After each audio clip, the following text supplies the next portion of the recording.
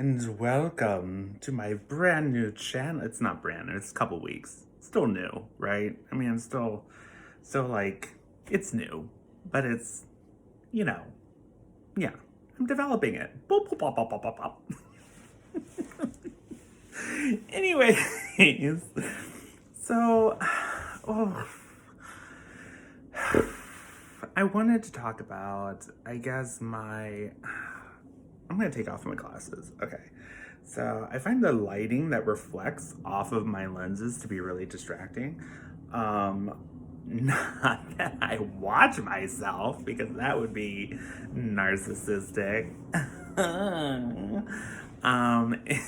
Anyways, but it is distracting. You're just gonna have to deal with my tiny little speck, the tiny little specks that are my eyes. They're just so, where are they? I don't know. They're like little button eyes. They're just, oh god, Coraline. That's where they had the button eyes. Gross. Okay. Anyways, so I wanted to talk about the Game Awards and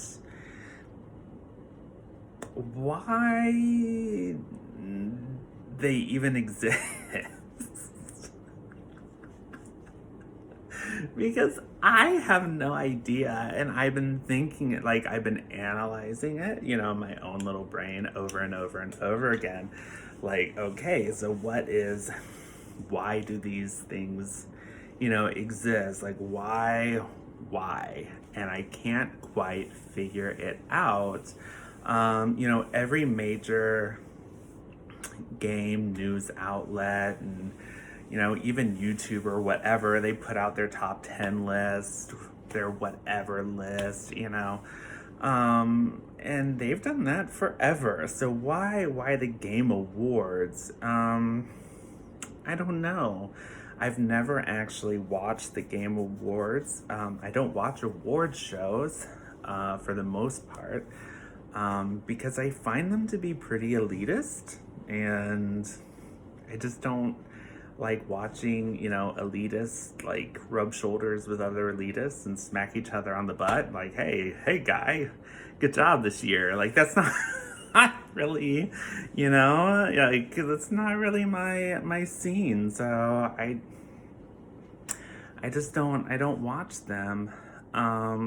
Period. Whether they're, the Oscars or whatever, but I find the Game Awards to be even more perplexing because of the fact that you're talking about experiences over multiple media devices, multiple electronic devices. So not everyone can even has the chance to experience every game, right? So with the movie awards, everyone can go to the movies if they want to. If they want to choose to, they can go to the movies. Not anymore, right? Not right now, but they used to be able to go to, if you wanted to, you go to the movies and you could see whatever movie was available, right? So, we all had a chance to see it. And sometimes, for an award show, they might pick something that all of a sudden, gains that work some kind of notoriety, right? And now other people who weren't interested in it before are going to go out and they're going to watch it, right? So they get sort of a bump for getting an award or even a nomination. I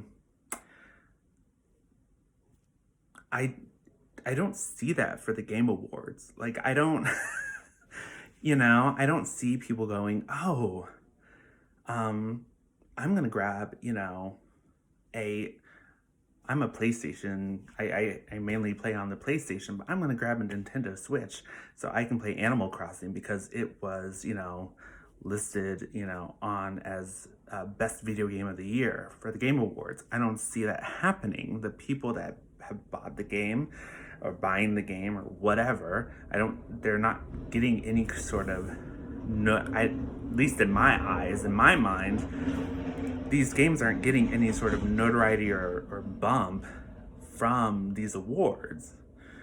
So, what's the point? Don't see them changing any sort of, sales. Maybe for Hades, maybe for more of an indie title, but Hades is also multi-platform. So because it's multi-platform, they might be able to get a bump. But if you are just on one platform, then the other thing is, so it seems like they're only taking 3 platforms. So if a game only came out for Stadia, would they consider it for an award? I don't think they would. There was a VR game that a lot of people, I don't play VR, so I can't remember what it was called, but there's a VR game that a lot of people thought should be in the Game of the Year list. But people kept saying, oh, well, it's not because a lot of people don't have access to VR. But is it a great game? Right? I mean, you're already selecting media that not everyone has access to. So why does it matter? If a VR game is just a great game and pushes, some kind of boundary and in its medium, then why not have it as a, up for Game of the Year? Maybe people would actually be more interested in VR if it won.